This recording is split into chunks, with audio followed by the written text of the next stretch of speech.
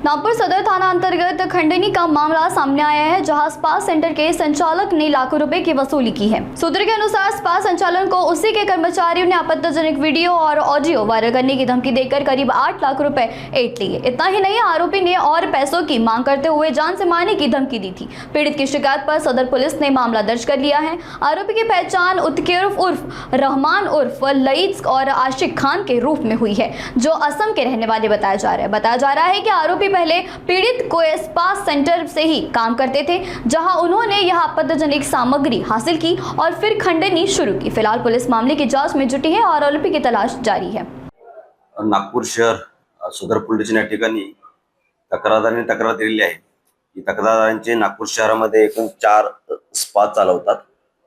त्याच्या धरमपेठेतील स्पा मध्ये एक मॅनेजर आणि एक नोकर त्या ठिकाणी काम करत आहेत।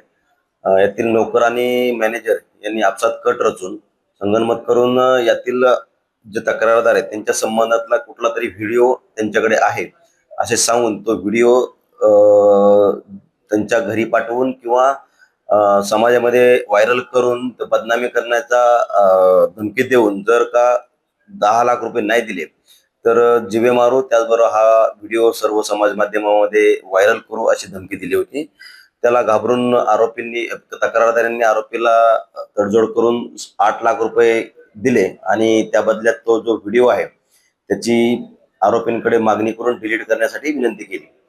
यातील आरोपींनी ते 8 लाख रुपये स्वीकारून खंडणी स्वरूपात तो व्हिडिओ तक्रारदारांना परत न देता नंतर पुन्हा जाऊन पुन्हा या व्हिडिओच्या बदल्यामध्ये जर व्हिडिओ पाहिजे असेल तर 2 लाख रुपये अजून द्यावे लागतील अशी धमकी दिली।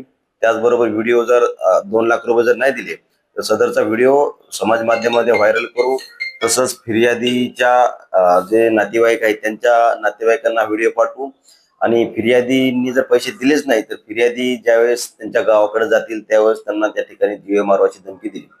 अशा तक्रारीवरून गुन्हा दाखल असून यातील आरोपी जे आहेत मूळ गाव त्यांचं राहणार आसाम जिल्ह्यातील आहे, आसाम राज्यातील आहेत। सध्या मिळून आलेला तपास निष्पन्न झाला आहे की आरोपी सध्या त्यांच्या मूळ गावी निघून गेलेले आहेत, तर आरोपींचा शोध घेण्याकरता आम्ही तपास पथक त्या ठिकाणी पाठवत आहोत। त्यावेळेस कुठल्याही व्यक्तीचे सोशल मीडियावरती व्हिडिओ व्हायरल करून धमकी देण्याचे प्रकार घडतात, त्याच्या बदल्यात खंडणी स्वरूपात काय रक्कम मागितली जाते। अशा वेळेस सर्व ज्या पीडित नागरिक आहेत किंवा पीडित महिला असतात बऱ्याच, अशा वेळेस त्यांच्यासाठी आव्हान आहे की आपला कुठल्याही प्रकारचा व्हिडिओ किंवा ऑडिओ समाज माध्यमामध्ये व्हायरल करण्याची धमकी देऊन जर कोणी आपल्याकडून खंडणी मागण्याचा प्रयत्न करत असेल त्याबाबत संबंधित पोलीस स्टेशनला, जवळच्या पोलीस स्टेशनला आपण तक्रार केली पाहिजे। त्या किंवा 112 असतील किंवा महिला सुरक्षा संबंधाने ज्या पोर्टल्स आहेत त्याच्यावरती आपण तक्रार केली पाहिजे। त्याच्या अनुषंगाने पोलीस पुढील कारवाई करतील।